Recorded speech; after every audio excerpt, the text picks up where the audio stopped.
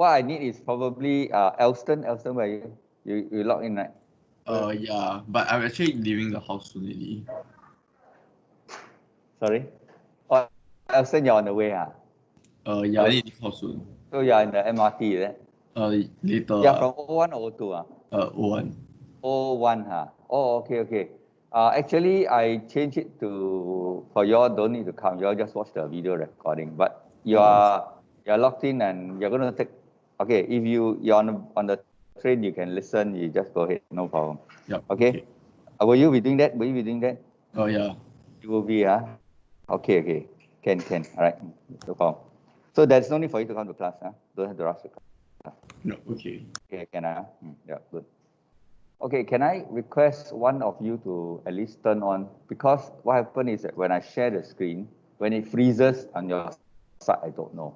All right, a lot of times you'll say, sir, I don't know what you're talking about, right? Okay, so can somebody help me volunteer to turn on your system so I can get some feedback? The rest of you don't need to turn on, it's okay.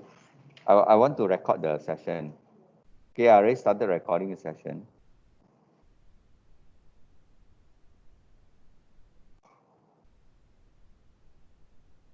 Okay, let's see. Okay, recording started.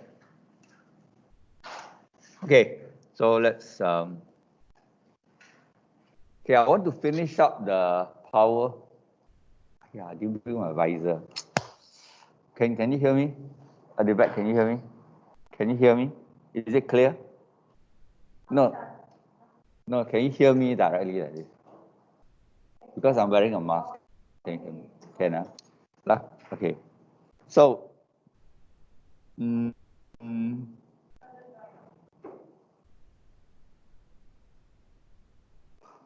okay, who is monitoring the Teams for me? Who's monitoring for me the Teams? I want, so from your side, can someone turn on them? Who's Kalen? Can you help me? Turn on your Teams. Yeah, because I need to know when I'm sharing, because I don't want the recording to be rubbish at the end of 45 minutes. So you help me monitor when I'm sharing, make sure your side, you don't, you look at your side, you don't look at my side.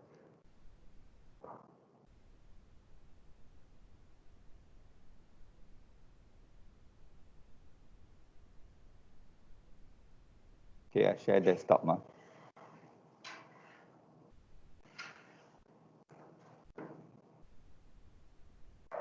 Okay, I actually have finished all these slides already. Okay, remember last week I talked about data transfer. That means I talked about the flip-flop application. All right, can you recall? Okay, take a few, get your mind back here first. All right, we talked about flip-flop application. All right, we talked about switch debouncing. So if I ask you, what are the applications for flip-flops? So these are the few applications. Data storage, okay. How is data storage being achieved? Okay, detecting sequence first. Remember this example? All right, if A changes to 1 before B, then the output X will be high. If A changes to 1 after B, then the output will not be high. So this way, the flip-flop can be used to detect sequence. Yeah, you got to sit according to your position. Do you know who's in front or behind you? What's your name? Raynan. Anybody know where Raynan's supposed to be? Don't know.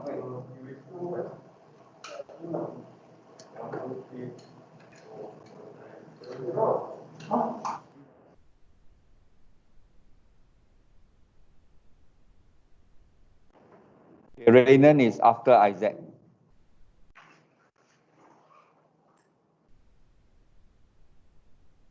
Okay.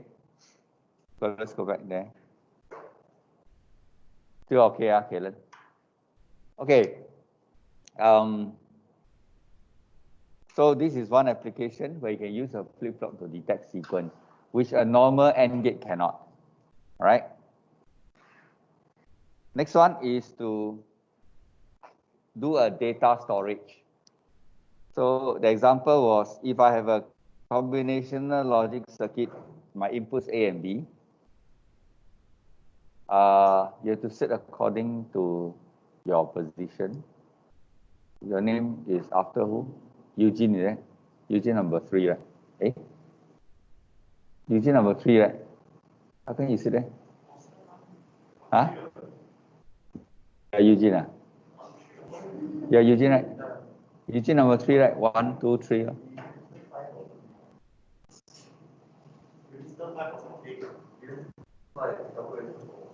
Okay, never mind. Okay, never mind. Yes, okay, again. Right. Okay, so if the input ABC changes, X, Y, Z will change, right? So how do you hold the data? All right, because without data storage, you cannot have your MP3 music. You'll be streaming all the time, right? After you stream, you want to download, you got to store it somewhere. So how do you store data? Well, the very, very beginning, the way to store data is just bit by bit. All right, so each bit of data, you need 1D flip-flop to store. Okay, so just to expand your mind, remember, if you carry a 1 gigabit thumb drive, if you carry a 1 gigabit thumb drive, how many flip-flops are there inside? Hiru, can you say according to your position? Okay, how many flip-flops? 1 gigabyte is about 1 billion times 8 bits. So about 8 billion. So imagine the 1 gigabyte USB that you carry, inside has 8 billion flip-flops. It's unimaginable, right? But digital technology, remember the first week we say what is the advantage of digital electronics, digital technology, is that digital system is that you can compress the circuit to be very dense. All right, so can you imagine 8 billion flip-flops? One flip-flop in the lab is this size, right? One black IC chip. Imagine 8 billion of them will fill how many of these rooms? I can compress them all into one small thumb drive. So that's the wonder of digital electronics. Okay? Okay, the next one application of flip-flop is what we call the frequency division or frequency counting. This is one of the most important function, all right? So all your circuits like your clock, your computers, your microwave oven, every one of them has some kind of a frequency counter and division inside. Okay, what do I mean by frequency division and what do I mean by frequency counting? So by connecting 3 flip-flops in a row like this, which you all have done in the lab, remember? You all only did 2, right? So I did ask some of you to complete the third one if you have time. I remember a few of you. Can I just show your hand? Who connected the third circuit? The third flip-flop. Anybody? Nobody. Okay, how come I remember there was some people who did the third flip-flop? Okay, so with 2 flip-flop, we were doing 0, 0, 0, 1, 1, 0, 1, 1. Remember? Remember? Remember the output? We took the LED 0, 0, then 0, 1, 1, 0, 1, 1. But ours was the reverse. 1, 1, 1, 0, 0, 1, then 0, 0, then 1, 1. We were counting down. Remember? Okay, so this is a circuit. This is called frequency divider and frequency counter. Now, in what way is it a frequency divider? So you need to remember how the circuit is connected. 1, 1, 1, 1, right? So all the JK flip-flop are connected in the what mode? In what mode? In the toggle mode. And then the output from the first flip-flop will go to the clock input for the second flip-flop. Okay? Output from first flip-flop go to the input of the clock of the second flip-flop, the next flip-flop. All right? Now, what's the relationship between the frequency? Okay, I'm doing a quick... so the clock, let's say you come with a clock of a certain frequency, then the output A will toggle every time there's falling edge. All right, so you will then see your waveform like that. All right, so every time, let me enlarge it a little bit.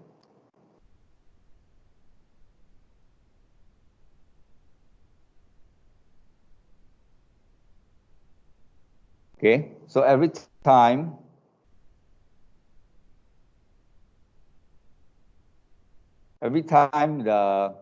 there's a falling edge, output A will toggle. Correct?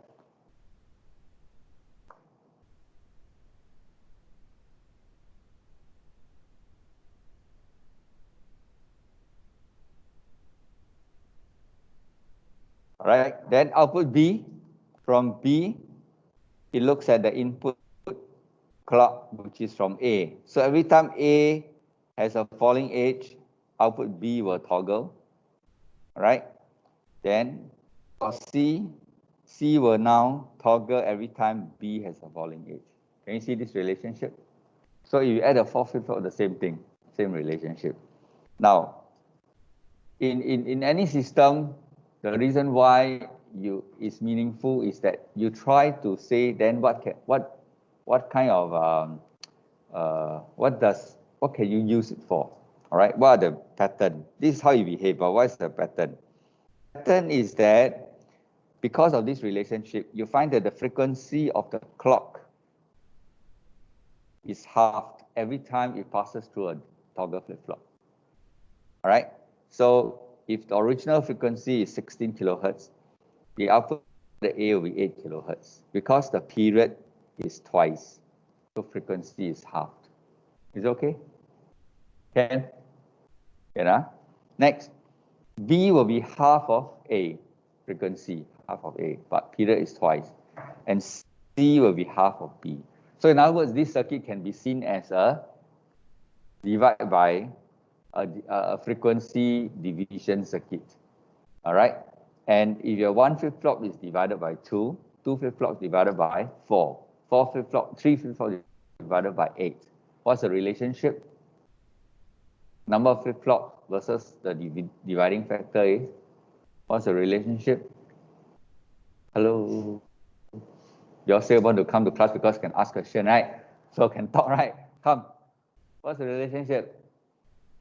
0. What's the relationship between number of flip-flop and the factor of division? Divide by 2. Number of flip-flops. More flip-flop, more divide by a bigger number. But what's the relationship?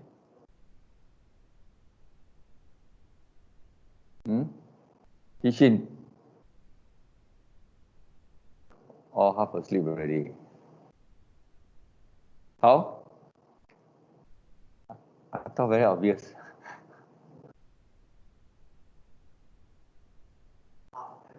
Sorry?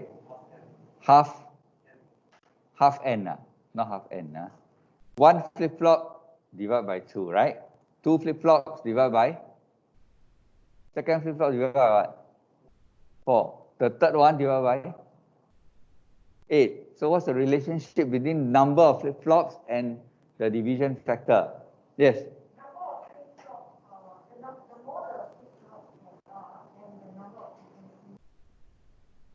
Okay, that's not very, it is a good observation, but it's not exact. There's an exact relationship here. What's the exact relationship? Yes? How? What's the exact relationship? Huh? Like this how? Face to face also cannot eh? Staring in your face already the answer. What's the relationship? Multiply by 2. So 1 flip-flop is 2. 2 flip-flop is 4. 3 flip-flop will be 6. Correct? So correct or wrong? No. So divide by 2. Okay, you all listen to my question. Have you heard my question? My question is, what's the relationship between number of flip-flops and the division factor? Yes? Come on. But good try. At least he come up with some formula. Who's that? Yes. Shahul, is it? Oh, you're Shahul. Sorry, you are? Firdaus. Okay, correct. 2 to the power of n. Hey, this relationship we have used how many times already? Huh? number of rows, number of combination, everything is this relationship. Don't you see the relationship number, eh? The position value is always about powers, right?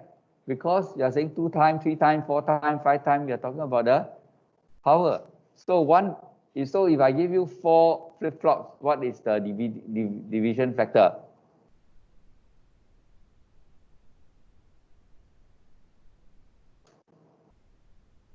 One more flip-flop. I have one more flip-flop at the back.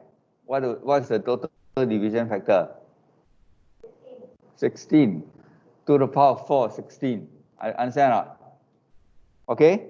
I'm talking about relationship between this and the output. So 16 divided by 8 is 2. Divided by 8 is 2 because divided by 8. All right? Now, separately, if you were to look at the output CBA, all right, CBA, every count of the clock, you'll find that the value CBA, that means the LED display, will change like that. Taking C as the MSB, A as the LSB, the value will change in this fashion.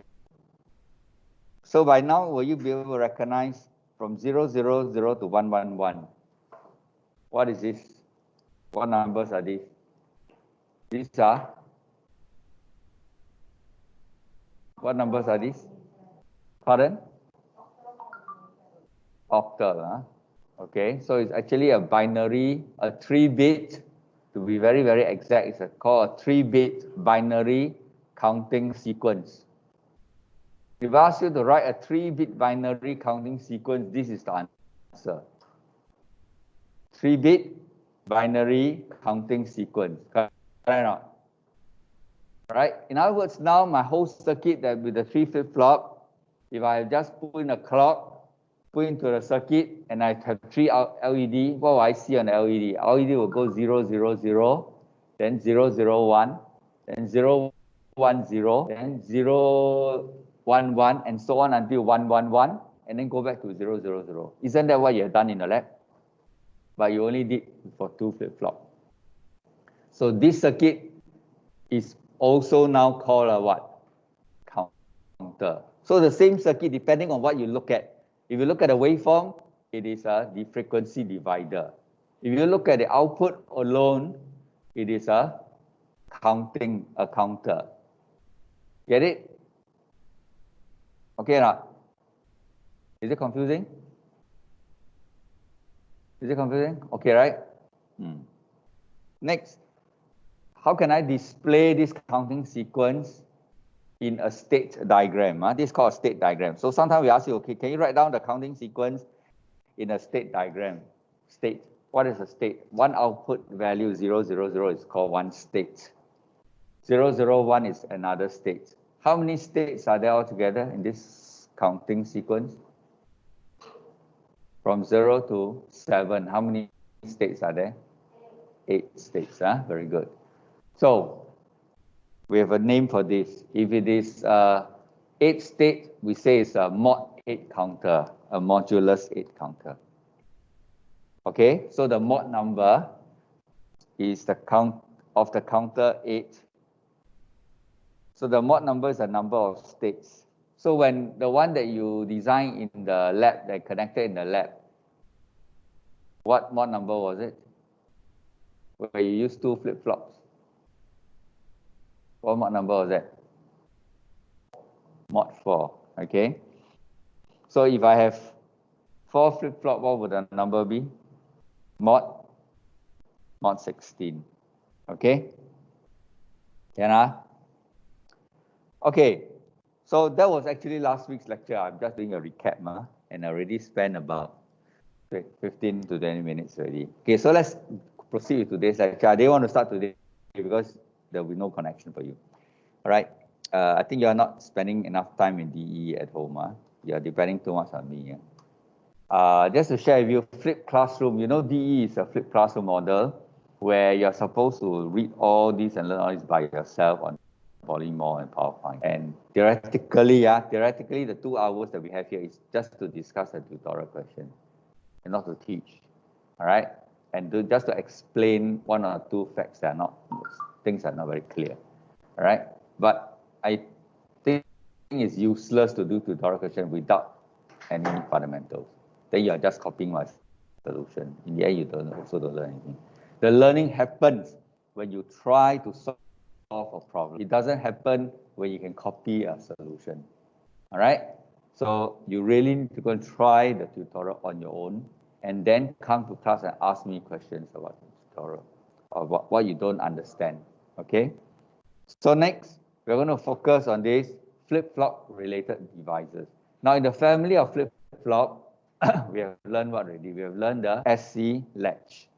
All right, we have learned SC flip-flop. We have learned the JK flip-flop. We have learned the D flip-flop. 3 types of flip-flop. Remember? JK, SC, and the D, sorry. Now, we are going to have all these 3 types of devices have 2 stable output states. That means the output can either, the Q output can either be 0 or 1. All right? And when it is 0, it will remain 0 until you trigger a change. All right, if it is 1, it remains 1 until you trigger a change. All right, so this kind of devices, JK, SC, and D, are called bistable multivibrators. All right, or also called flip-flop. All right, so they have 2 stable output states. Again, what is the meaning of stable output state? What's the meaning of stable output state? Jinjie? I just explained already, so I need you to say your own words. Okay. We must make coming to all the way here worth it, right? So you got a chance to talk. Okay, what is the meaning of stable output state? I explained just now.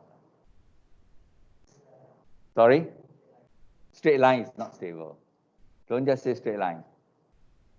There are 2 states, so it's not a straight line. There are 2 states, 0 or 1. So what is the meaning of stable? There are 2 stable output states means what? Pardon?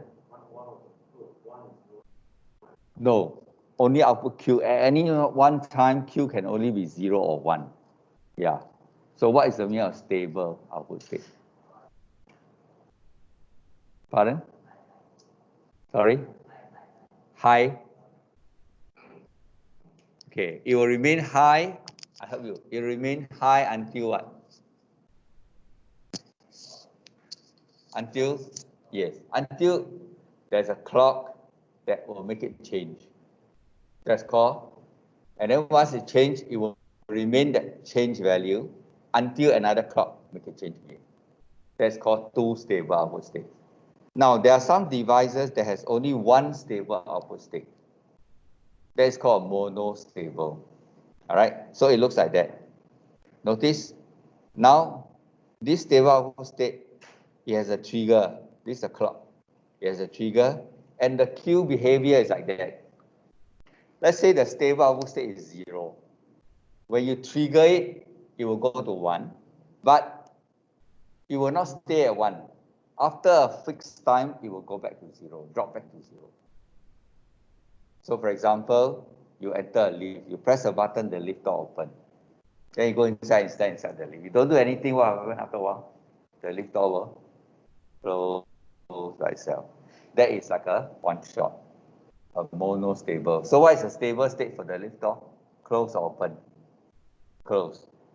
So when you trigger it, you open, but it will not stay open forever. Automatically, it will close back again. That is called a monostable. Give me one more example of a monostable in the real life. Think of one more example. Then you understand the meaning of monostable. Think of one more example.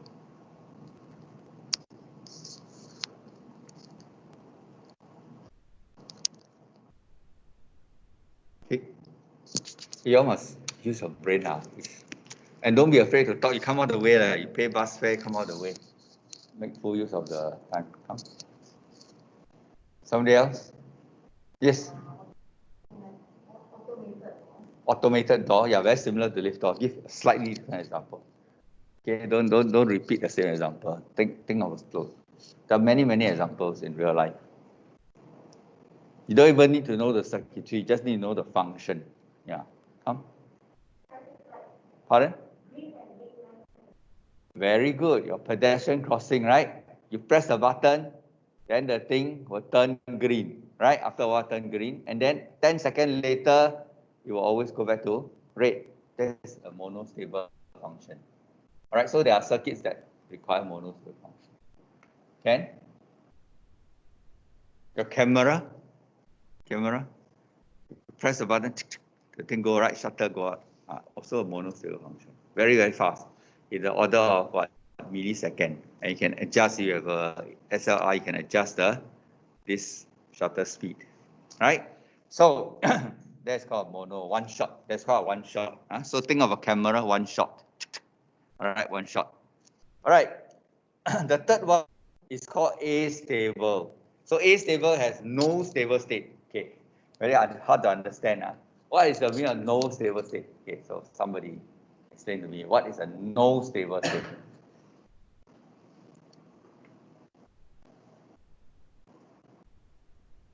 Renan, what is no stable state?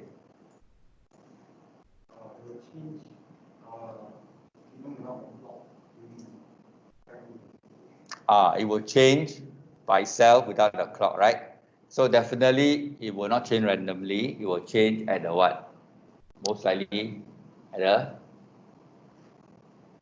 I mean, to be meaningful, for the device to be meaningful, when will it change? When will it change? It will change at the fixed timing. And this fixed timing can be adjusted by the user, by the designer. All right? So in other words, it's like a what? Those of you who have done circuitries before, it's like a what? In fact,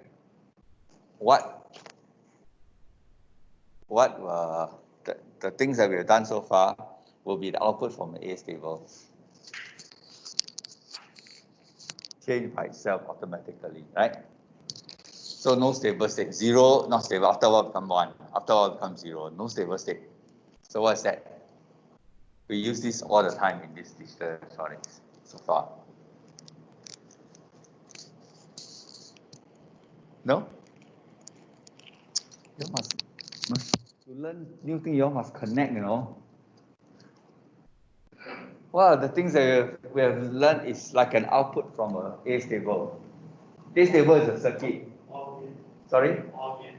No, not a circuit. The output of astable is a circuit. The output of a circuit cannot be a gate. The output of a circuit is a what? It's a signal. Correct? So what kind of signal? The toggle. Okay, you must use the words correctly.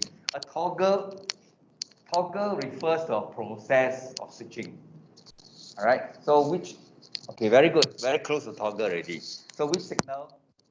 Okay, very good. Yeah, hitting the right direction. But you have to be correct. Use the correct term. Which signal we have been using in this is likely to come from astable? Yes. I also use it today in the last half an hour. I also use it. Give me the name of the signal.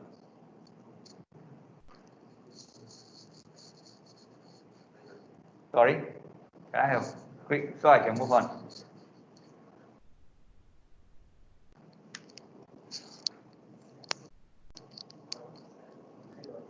Anybody? Don't disappoint me. Yeah, very good. The clock. Okay? So the clock signal is actually a periodic signal, right? So it is likely to come out from your astable. Understand or not? Okay? Yeah. All right.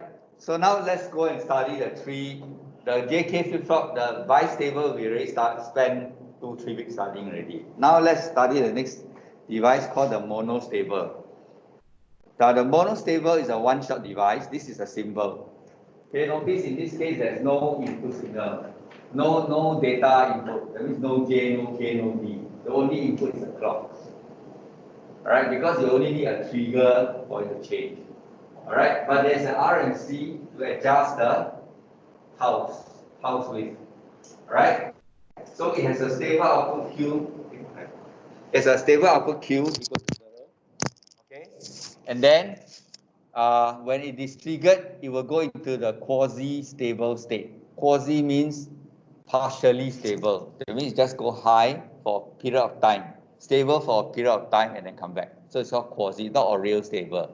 Quasi is like fake, a bit fake like this, half only. Okay, quasi. Okay, for a fixed period of time called TP, and it is when you buy an IC, the IC, this comes as an IC. When you buy the IC, the manufacturer will give you the formula. All right. So example, the formula could be 0.7 times R times C. R is the resistance value in ohms. C is the what value? What is C? Huh? What device is that? What's the symbol? You all study T-E, right? What's the symbol? Cannot recognize. Very good. And what's the unit for capacitor? What is the unit for capacitor? Farad, okay. So C will be in farad, But usually, when you buy a capacitor, it will never be in farad. It will be in microfarad or in nanofarad. Micro is 10 to the power. Micro is 10 to the power what? Minus?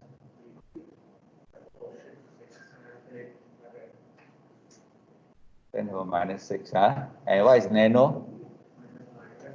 Minus 9, okay? So usually it's either micro, nano, or even pico. What is pico? Minus 12.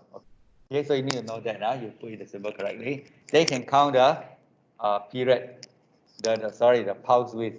All right? And this is normally provided in the data sheet. All right?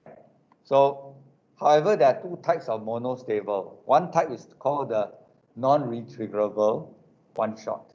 And another one is called the retriggerable one-shot. All right, let me explain before I go to waveform. What is non-retriggerable and what is retriggerable? Think of the lift. If I press a button, the lift door open. When I go inside, after about 10 seconds, the door will close. That is a normal operation, right? But halfway, you saw someone walking, a friend walking towards the door. What do? You press the button again, right? What happened to the normal lift door?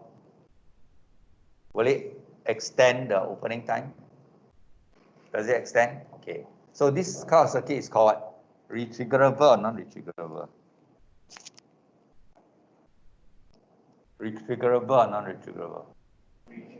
Retriggerable. That means at a point when it is in a non-stable state, you trigger, it will extend by another TP of another 10 seconds from the time you trigger again. That's called retriggerable. But if you have a lift that is non-retriggerable circuit design, then you saw your friend coming all the way to the front, you quickly press the door, what happened? The door will shut in front of your friend's face. Then you will no more friend already. Okay, so a non-retriggerable circuit is that you cannot re-trigger the circuit when it is in the quasi-stable state. Is that clear? So once that is clear, then the waveform is very, very simple. Okay, so the first example, T is the triggering signal. All right. Q is usually 0. Q is originally, and a non-retriggerable, and you feed this signal into a non-retriggerable one-shot. What would the output Q look like? So when there's a rising edge at A, the output Q will go to high for a fixed period of time, TP, decided by the value of R and C. After that, you go back to 0. Then, when the next clock pulse comes in, it will go another TP again, then goes back to 0. Right? Then the third one, when the C comes, it goes to high again for TP. But in between, the D signal is in again. So can you imagine A, B, C is like someone pressing the button of the lift door. So will the circuit extend another TP from D? Depends on the circuit, whether it's non-retriggerable or retriggerable. In this case, we are told that it's non-retriggerable. Therefore, it will ignore this D and just treat like nothing happened and come back to 0 after the TP. And then the next trigger, it will go. Okay. So it just ignore the rest. All right. Can only be triggered when it is in a stable state. EQ bar is just opposite. All right.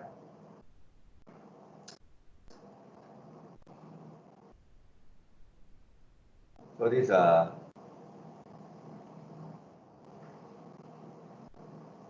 okay, but if you have a re-triggerable one shot, it will look like that. Okay, re-triggerable. So if you have a trigger at T, then the T will go for one pulse. Alright, then the next trigger, it go for one pulse. Right, but right, the TP is supposed to end here. But halfway, you trigger, you see, imagine, you remember, you see someone running towards the door, you quickly press the button and trigger again. It will extend by TP from the moment you press, from the moment you trigger. And then if there's no more trigger, then you come down. This is called a re-triggerable device. Okay, so in circuit design, sometimes you use non-retriggerable, sometimes you use re-triggerable, sometimes you can have a mix. Give me an example of a mix. So all these are just standard modules. But when you design a circuit, you think of your user need. So in the case of the lift, is it always non-retriggerable? Is it always retriggerable? When you design a lift, will you use only retriggerable? What will happen if you use only retriggerable? What will happen when you use only retriggerable? You design a lift door like this.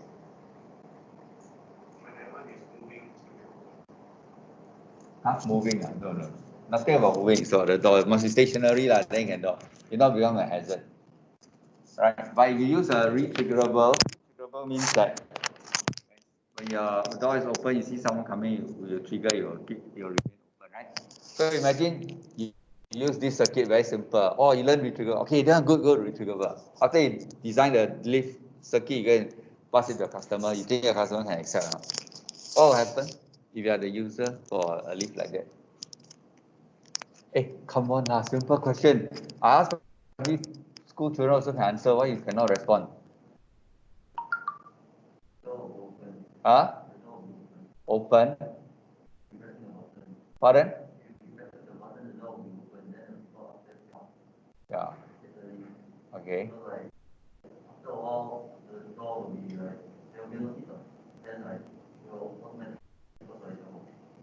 Yeah. So use the term that we just learned. Okay, that is a layman term.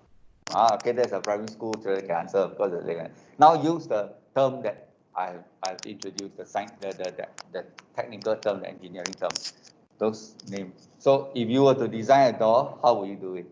You will first use retriggerable for a period of time. You fix a period of time. Okay. So you ask the customer who's going to buy the lift from you, who's going to use the lift, do a survey.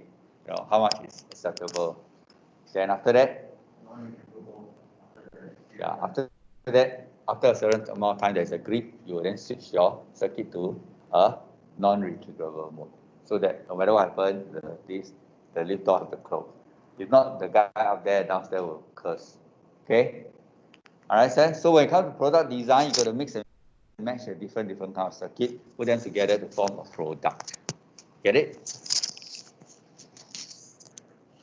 So what about the traffic light, pedestrian crossing? Retriggerable or non-retriggerable?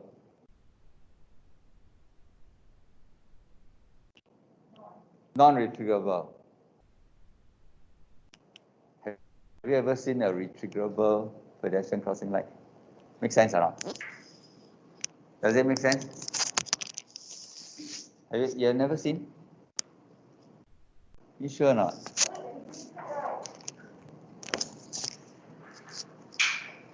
You all know what it is? Have you heard of it?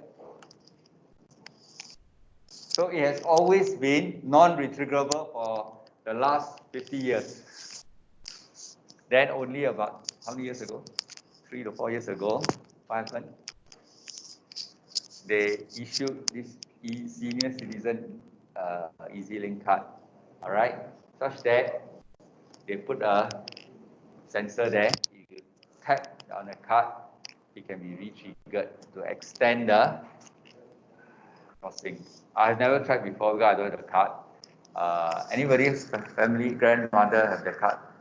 Okay, how many times can you do it? Have you tested it? Okay, I would like to know. If you have tested it, let me know. So whether, if to me, it will not make sense if everybody tap it and then forever the traffic light. The car cannot move, right? So I think at most maybe one time. I don't think it can be more than one time in that case. Okay, can so when you think of real example, like easier for you to understand, I think. All right. So these are applications. What is the application of the monostable circuit besides triggering your door, triggering your traffic light? Another application is to do a pulse narrowing or pulse widening. So imagine you have a pulse that looks like that. If you apply, but you are not happy, you find that the duty cycle is too small. You know what's duty cycle, right? Duty cycle is a high over the period. Remember? It's too small, only 10%. You want to make it larger. Right? Then what you can do is you can pass it through a monostable that has a longer TP. So every pulse, you will generate a TP that is longer. So by doing this, you can widen the pulse. Similarly, if you have a very wide pulse waveform, you can pulse by choosing another monostable with a smaller TP. And this TP, again, just to recollect, is adjusted by what? How do you change the value of TP? How do you change the value of TP? Is there a Z in this class? No Z. I'm quite confused. I only see because I have two classes. So, hey, Chinru, Chinru. Okay. What is the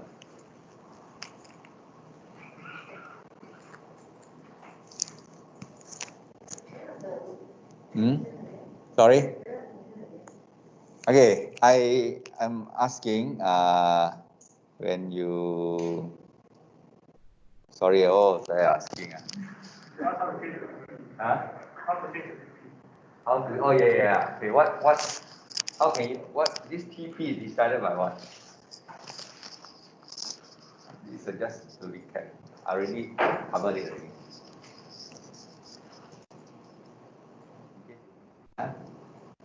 What is TP decided by? What is TP? The clock, not the clock. TP is not the clock. What's TP? Okay, looks like you know what I What's TP decided by? RSC. You know why you remember not? Because just now you were answering the question of capacitor. So you spend a little bit more time on this topic and this thing. So you cannot run away, you got to spend time. Whereas for the other, for maybe you may have heard it, but it just went in the background like that. But because he had to answer the question about capacitor, the thing got stuck in his head. So it may not simply related. He was talking about, he was struggling with nano and micro. Micro was 10 to the power minus 3, right? And then after that, felt embarrassed. So after that, stuck there. Okay? So you need to do that kind, this is called active learning. You need to actively engage yourself. Listening, okay, all the theories have shown, if you sit through, all the studies have shown, if you sit through a lecture for 2 hours, by tomorrow, you only remember 10%. If you just sit through without thinking about it, without answering questions, without trying to do a reasoning, by tomorrow you only remember 10%. Okay? So actually, lecture is a waste of time. It's a waste of time. That's why we all want to read by yourself. Then come back and actively discuss a tutorial question. But if you don't have all the basic terms, and the reason for the lecture is to introduce all the basic terms, like what is a TP, what's the meaning of duty cycle, what's the meaning of this. So if you don't spend time your own to even remember some of these terms, you cannot discuss a tutorial question. Alright, so that's why I keep asking you all to spend time with it. Okay, So we have done these examples already.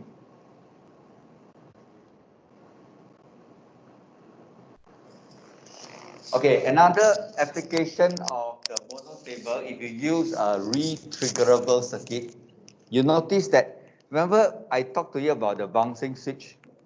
Remember not bouncing switch? Instead of going from, let's say you have a signal of the switch, I go from 0 to 1, it goes, instead of 1 pulse, actually you wanted a signal that is 1 pulse like that. All right, but instead of 1 pulse, it has, because the bouncing switch, it has many pulses. So we use the SC latch to remove the pulse earlier on. Another circuit that can be used to remove the pulse is a monostable circuit. What it does is that if you use a re-triggerable one, then every trigger it will just extend the high. All right, so finally 4 pulses is reduced to only 1 pulse, which is actually what you want.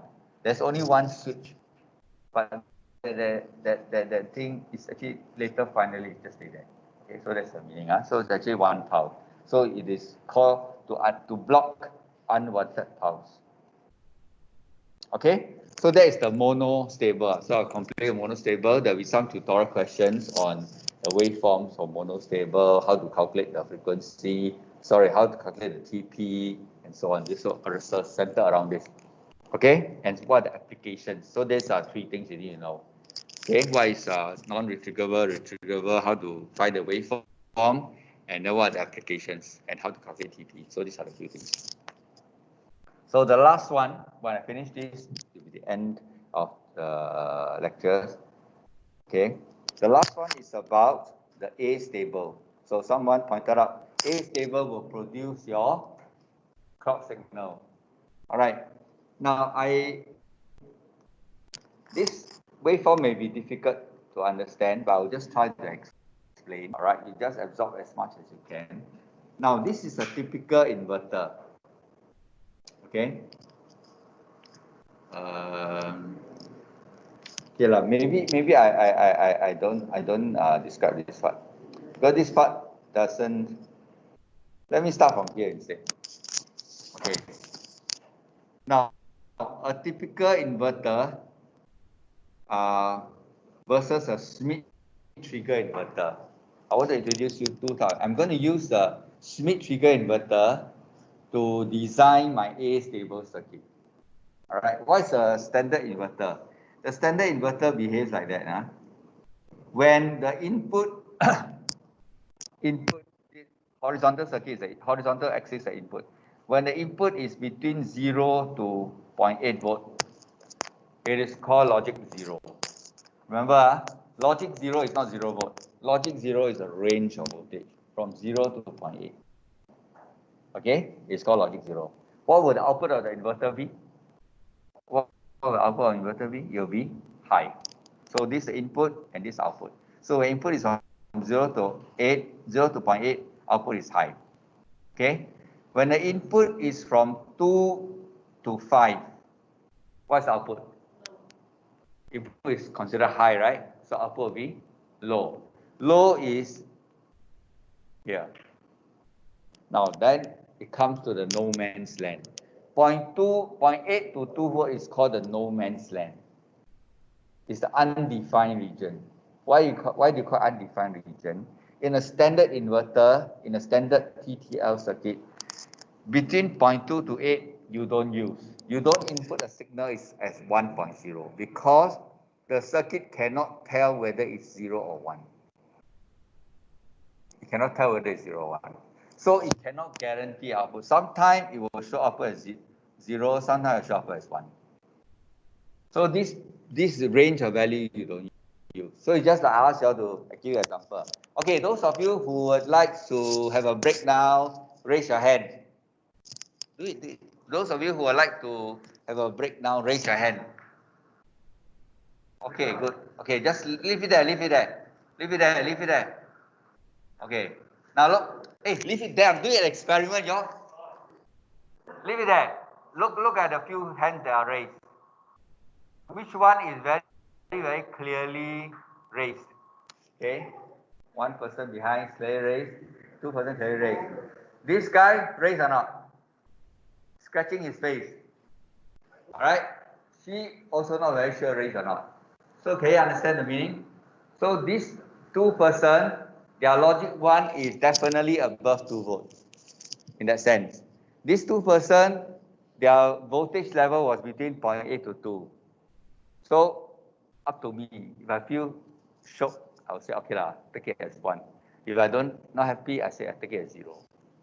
But it's not my fault because you didn't give me the proper signal. You understand? So that's how logic signal works. So the circuit will look at the signal value and decide whether it's logic 1 or 0. So if you want to tell input a logic 1, you must give it a decisive value.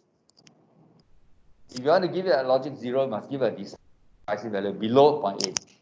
Don't give a value half here, half there. You don't want to go.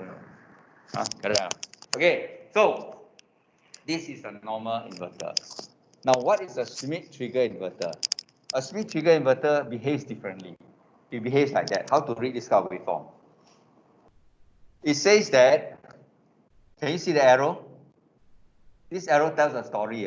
It says that, let's say this VT minus is 0.8 and the VT plus is 2. Let's say. It may not be, but let's say. What happens is that if the input voltage is starting from 0, all right, as it rises to VT minus, for sure the output will be high, correct? But as it grows from 0.8 to 0.8 to 2 volt, around here, 0.8 to 2 volt, if this circuit is designed differently, this inverter is designed differently. What you purchase is a Schmidt trigger, then the output will still be high. In other words, when you increase the value from 0 upwards, 0.8 to 2 is taken to 0. It will only be, the input will only be considered logic 1 if it exceeds VT plus. So it's very clear.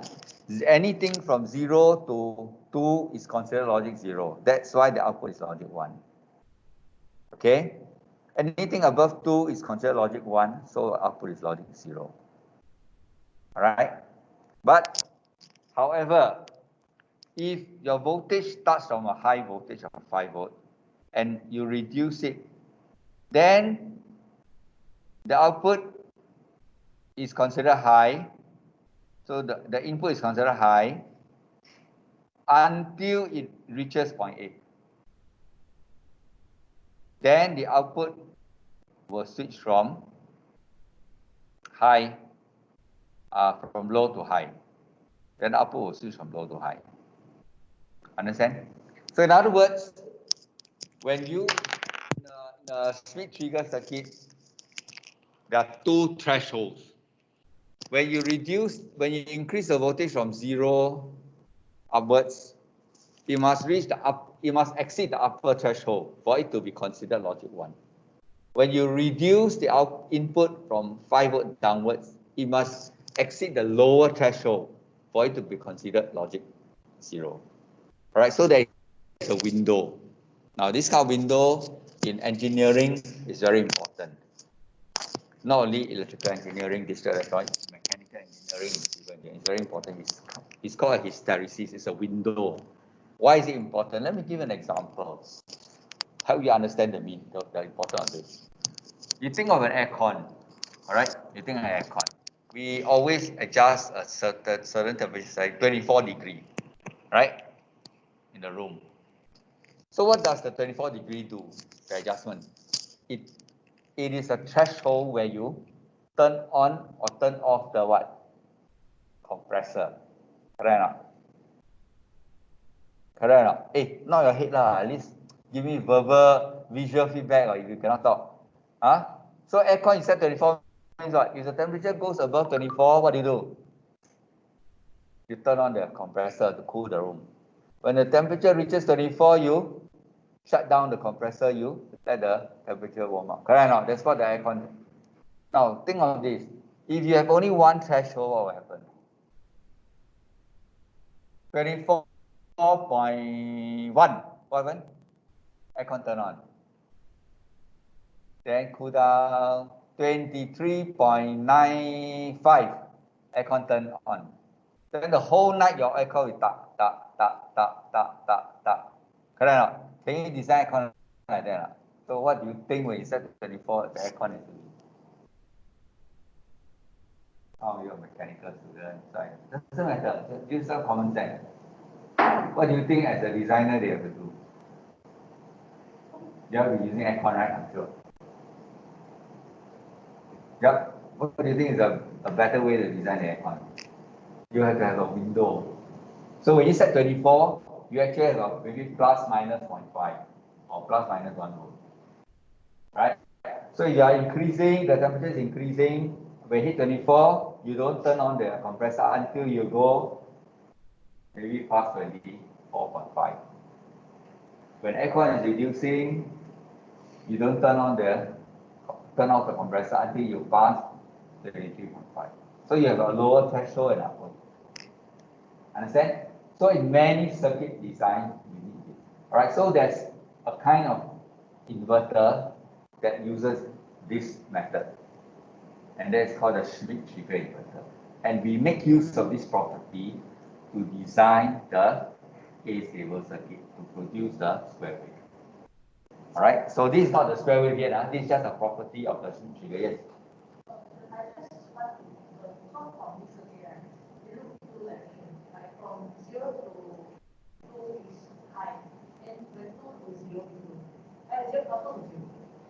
Sorry, slowly.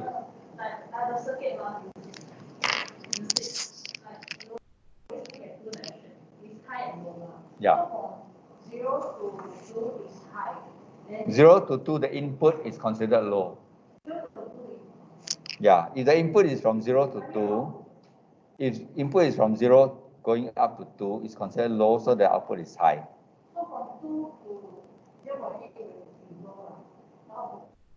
Now, if your voltage is reducing from 5 volt down, then from 5 volt all the way to 0.8 is considered low, considered high. All right, it's considered high, so that the output is low. Okay, understand? Okay, so this is the behavior of a Schmidt trigger, and we and we use this behavior to design our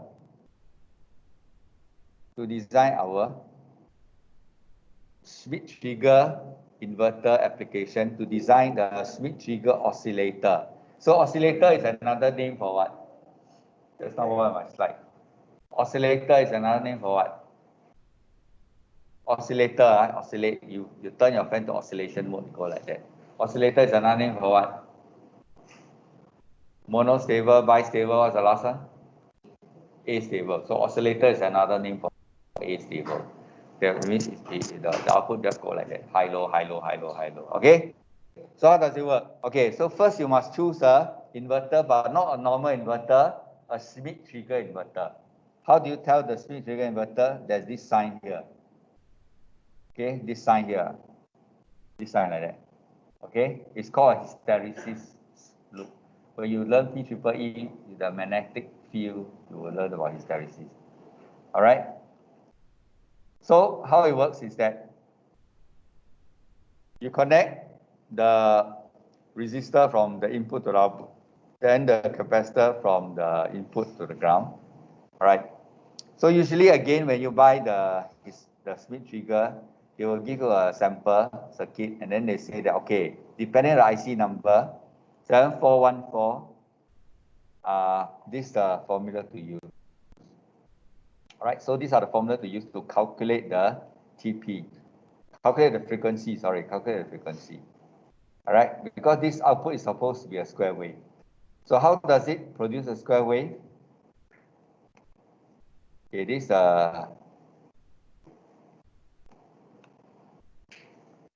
when you, okay, let's read this. Assume that the voltage was high initially.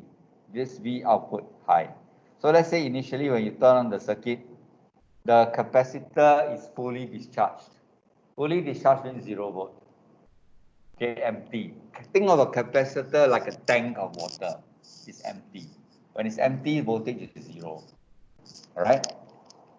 A capacitor is actually a tank to store electric charges.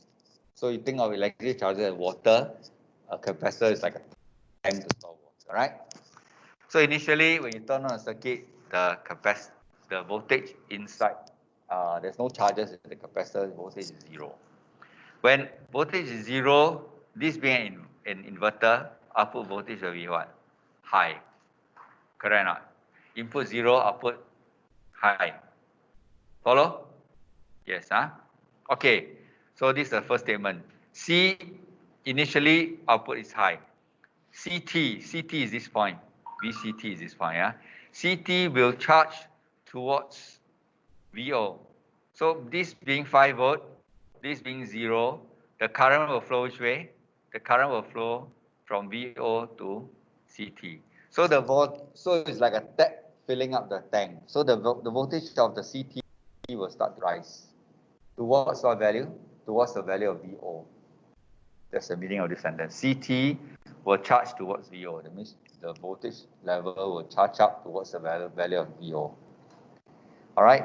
Now, when VCT goes above the VT plus, which one is the VT plus?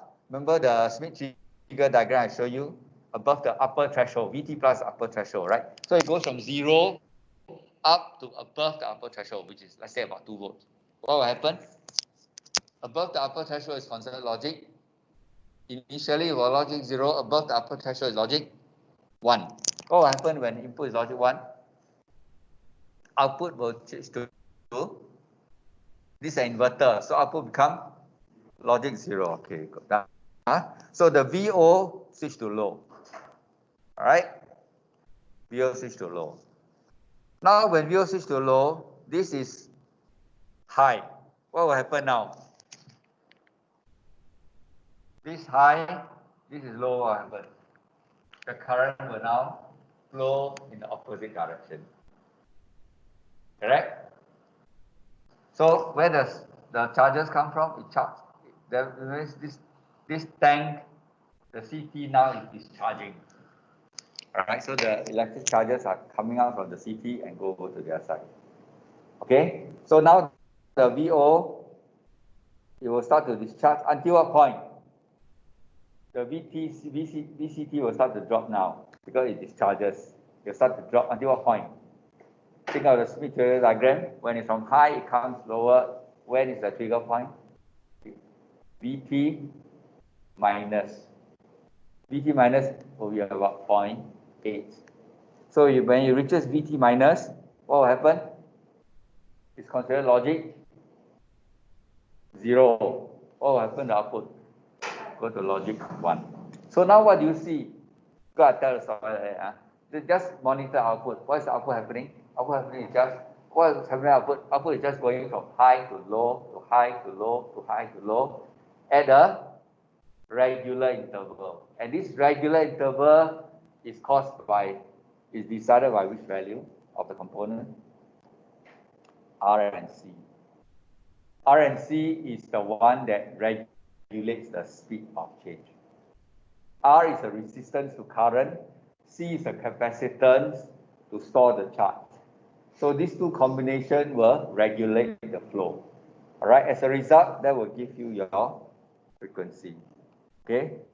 So causes CT. So this cycle repeats itself. As a result, your output will now be a square wave, high, low, high, low, high, low. And the frequency of this high, low, high, low, high, low is given by the formula, depending on the IC that you choose. Understand? So it's like teh tarik. Okay, this example, think of teh tarik. What's teh tarik? You fill the cup, then you pour the cup, you fill the cup, then you pour the cup. All right? If the cup is bigger, the transfer can be faster, right? If the cup is smaller, then the transfer is slower. Something like that. Concept. Can? Can, huh? All right. So a Smith trigger, summarize, the Smith trigger oscillator generates a rectangular pulse. So the square wave. Okay, that's the first conclusion of multivariate. Second, flip-flop can change the frequency of a rectangular pulse. All right. So if you have a rectangular pulse coming into a flip-flop, you can change it by dividing by 2, dividing by 4, dividing by 8. All right? And the one shot can change the pulse width of a rectangular pulse. And if the rectangular pulse is a regular pulse, it's a periodic pulse, by changing the pulse width, you are changing the what? If it is periodic, periodic means regular, same period. When you change the pulse width, you are changing what? Like D. When you change the pulse width, you are changing what? You don't change the period, you change the pulse width, you are changing the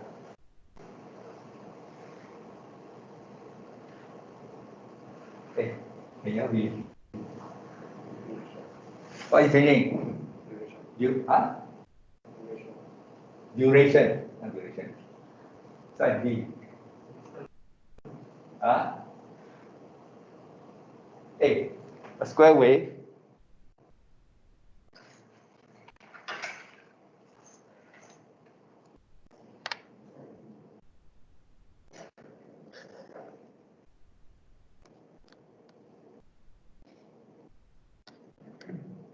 When you square wave like this,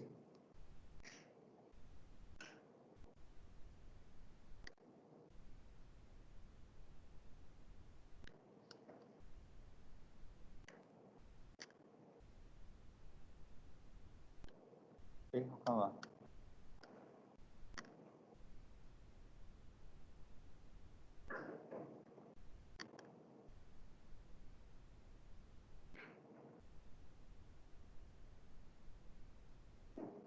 Okay, imagine now you change this pulse width. Okay, you make this a bit longer. So without changing the period, what are you changing? What do you call that? The proportion of the waveform that is high. What is the parameter? Size D, come on.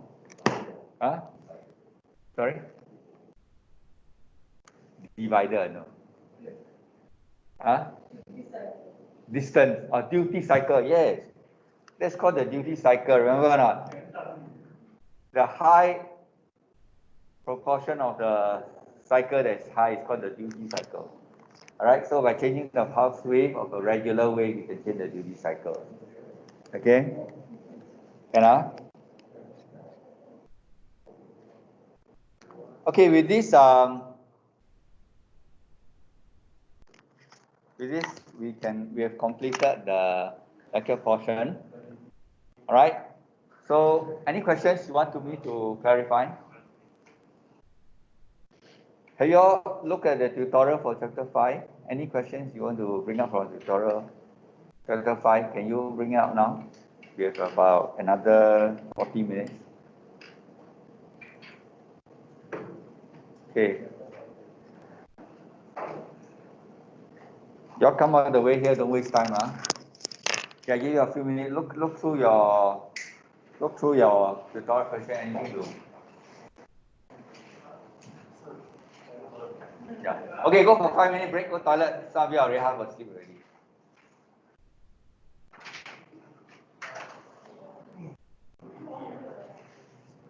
Okay, go toilet.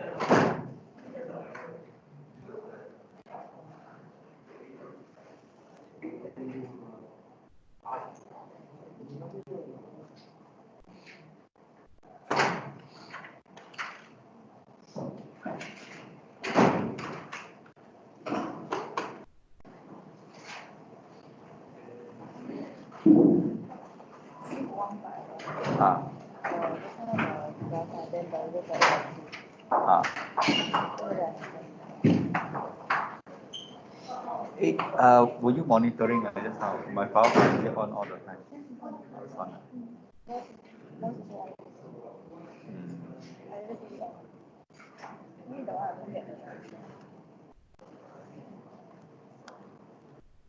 You think of the aircon example. Okay, you think of the aircon example. Let's think of this diagram of the aircon. So the aircon, this is the temperature. Right, your room temperature. go from lower to higher. That means colder to warmer. So when it goes, let's say it's at 24, but when it reaches 34, it says, do you want to turn high means turn on the compressor? This is output. Output is our compressor. Turn on the compressor means to make cool. Right. So when the value, when the temperature gets very warm, you want to turn on the compressor. Okay.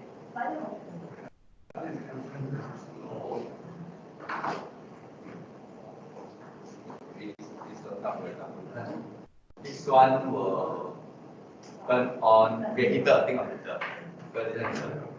So the room heater, let's say home country, the temperature is low, right? Rising temperature, rising. When it's low, you want the when the room exceeds warm enough, you want the okay. So let's say now the site when it is cold, you want it to be very, very warm before you shut off. Before you shut off. So heater is on, heater is off. Then as when you shut off already, the room will start to warm. Alright. When it reaches a certain temperature, you want to turn on the heater. You want to wait until the room is quite cold. Then you turn on. Understand? Okay, so there's this window. So it's common understanding. So in other words, this during this no, it will not be either high or low. You cannot tell whether it's high or low. You must know whether it's which direction is. Then you can decide whether the heater.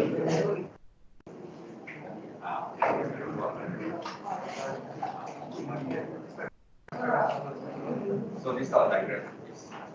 How you read?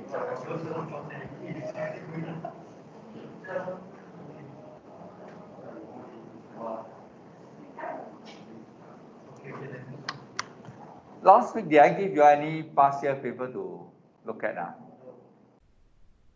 Maybe I give you one of two past year questions to try out.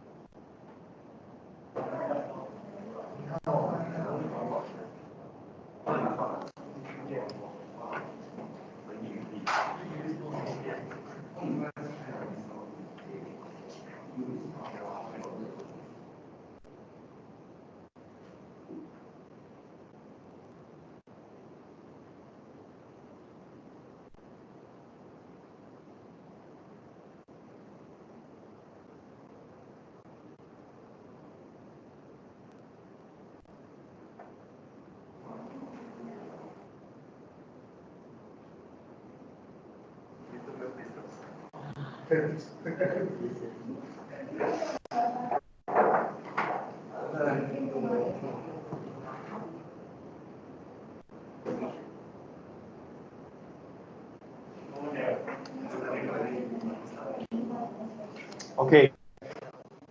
Maybe instead of learning question, ask me before I do this. Any tutorial question they are stuck. So you want to compare the tutorial questions. Okay, let's look at one example. This is 1920. There is now it's 2021, right? Year 20 or 2021. Okay, this is one of the past year question on date. Maybe take a look at this and you all write down your own answers, so then you share the answers together. I give you all 10 minutes or 3 minutes to study together.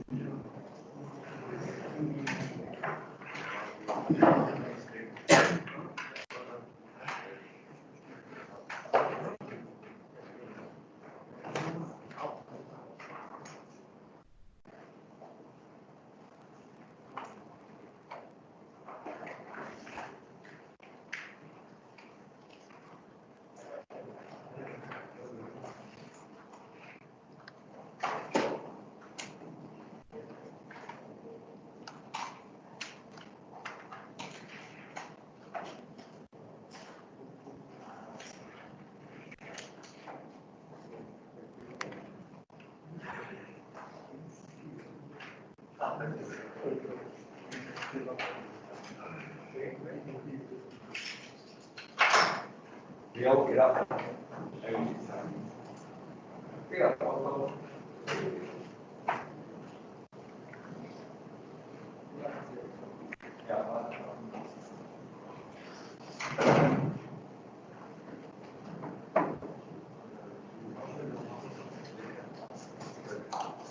Yeah, well, let's say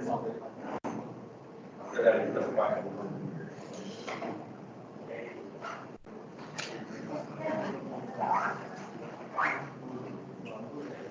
Who was not here yesterday?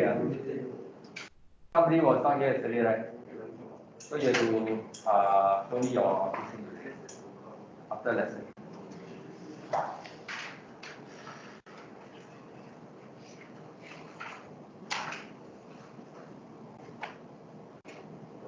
So which question do you do? Sorry? Which question do you do? Sorry? Which question do you do? Before. It's all related.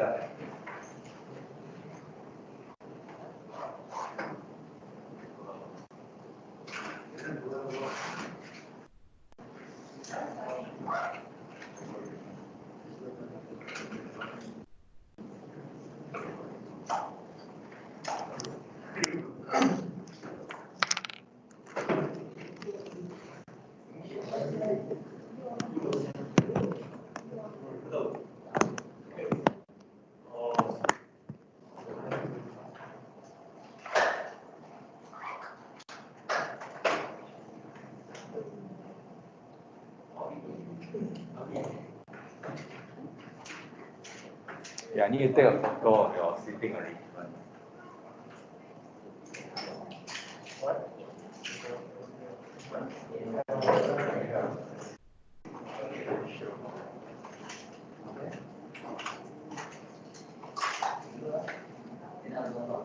Yeah, I don't mind when you all just sit there, sit down, look up now. Okay.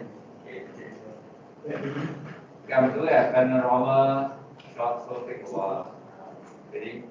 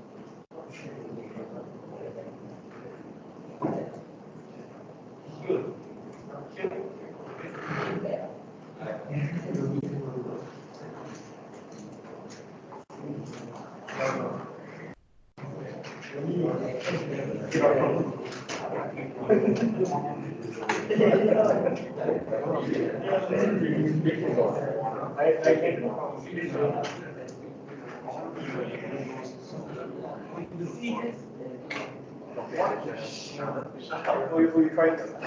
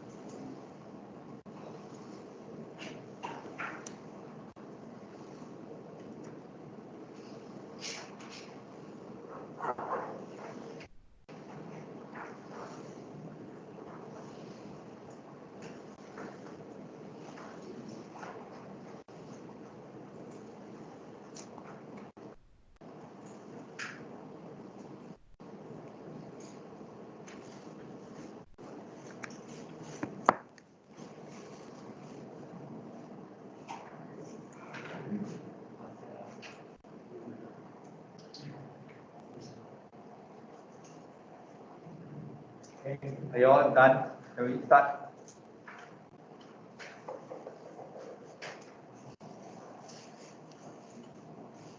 Okay.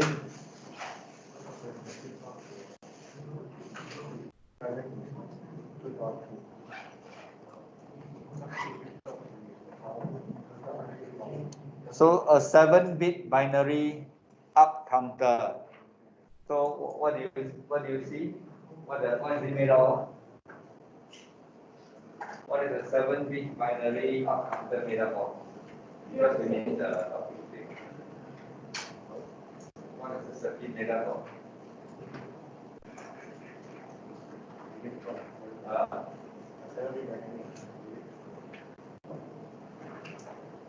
Yeah, so 7. You know how the circuit looks like? Can you first draw the circuit, can I? Remember the circuit that we had? Then just extend by another 4 point, right? Alright, what should be the input signals to J and K? Okay, let's go down the line. Order again. Here's pasang versus the open, this open, this open. Okay, easy. Okay, what should be the input signal to J and K in the circuit like this? We want, right? With the toggle mode, right? Present K should be 0. Okay, you agree present K should be 0? Should be logic. Okay, no, present K should be both 0. Present K should be both 0. What? Present K both 0. Can you check your truth table? Okay, truth table. How to be in the toggle mode? Everything is based on truth table. Can you go and check truth table is the present K? No guesswork, huh? It has to be precise. I'll ask you to take the photo of the truth table, right? The JK.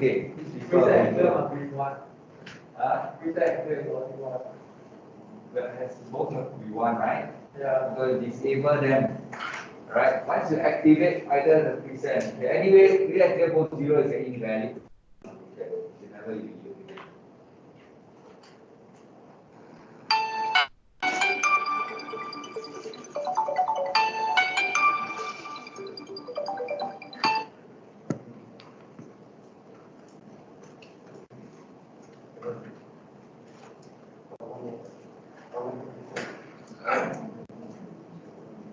Okay, so both should be 1, JK should be 1. That was my circuit just now, right? Okay, what's the next one? Okay, my battery is dying already. Anybody can loan me some energy, right? Okay, let's quickly finish it. Determine the mod number. Okay, next person, Kyle. What's the mod number?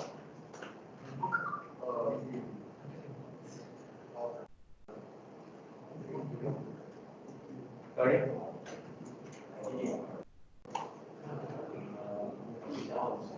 2007, which is? Very good.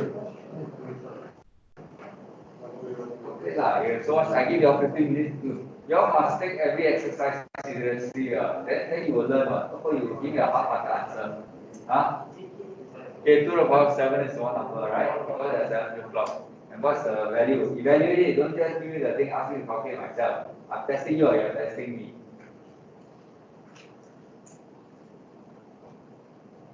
I give you 3 marks, and then you just give me a 2 marks. Okay, so I give you 3 marks. Determine the frequency at the output of the third flip-flop when the frequency is 100, when the clock frequency is 100 megahertz.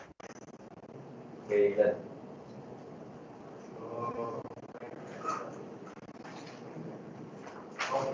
Sorry? Not sure. Do you refer back to the PowerPoint notes or not? I thought I just completed this morning. I immediately give you exercise to based on the lecture notes, lecture that we did morning? Do you refer back to PowerPoint and look at the circuit? Miguel? Also not sure. Wow, actually wasted a nice marker don't count. I give you try, I give open book, open PowerPoint, open internet, also cannot answer this question.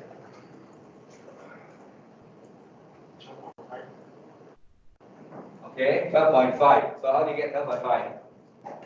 100 divided by third flip-flop divided by how many? Divided by 8, right? 2 to the power 8. 2 to the power 3 is 8. So 100 divided by 8 is 12.5 megahertz. Get it or not?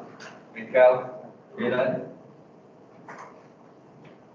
Did we do this morning? What is the range of counting states for counter in decimal?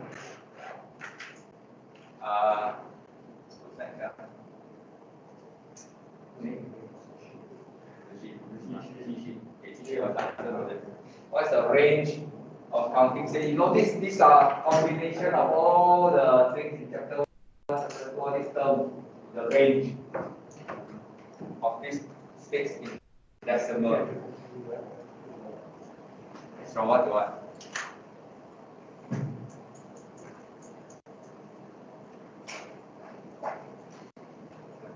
Pardon? 7. Range from what to what called range? In chapter 1, you studied range already. Okay, we have about it. That's about it. I'm very excited.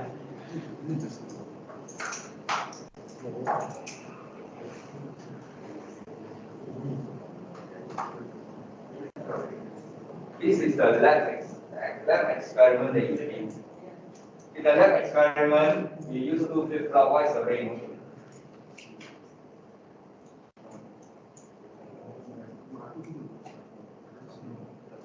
Remember the 2 flip-flop? You did do. Remember the experiment where you use the 2 flip-flop? So what were the values? Upper values?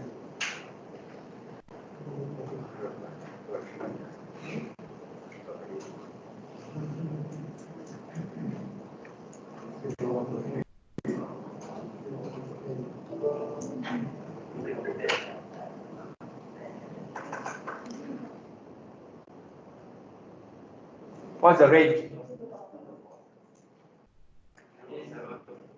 0 to 7 in this case for 3 flip-flop. So in our test, in the question just now, we have 7 flip-flops. So what's the range? 0 to 1, 2, 7. Okay, 0, 0, 0, 0, 7, 0 to 1, 1, 1, 1, 1. So they ask you to keep it in decimal. So from 0 to 1, 2, 7. You don't expect all the questions to be exactly the same. So, but the concepts are very basic. So you got to put together the things. Okay? So this is the meaning of the range. Next one. Assume a starting count of 0, 0, 0, 1, 1, 1. What will be the counter state after 320,000? No idea.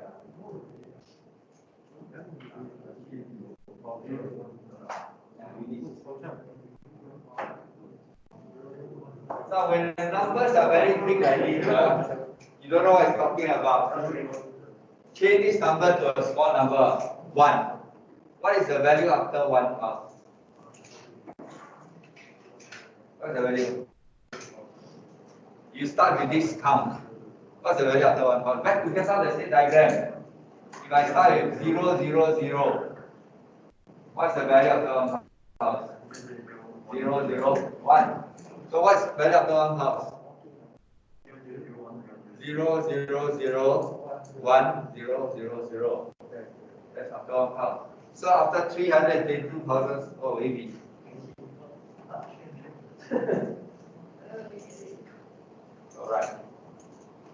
time finish that's over already. So there must be a method, right? So back to your counting sequence again. Huh? Can I have some answers?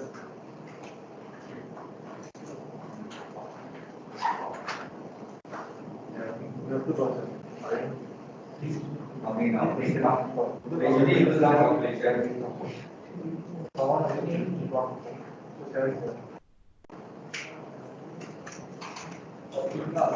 Sorry? Just give me the method. I don't need to tell me who has the answer. I need to answer. If you have the answer, give me the answer. Okay, don't have, then work on it. If you want to let you know.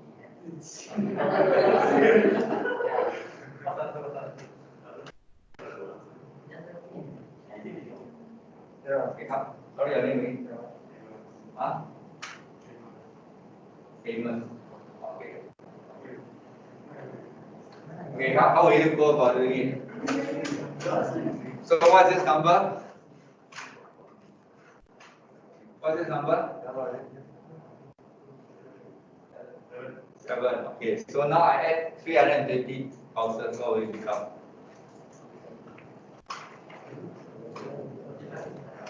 It's just counting number, it's a counter, right? Yes.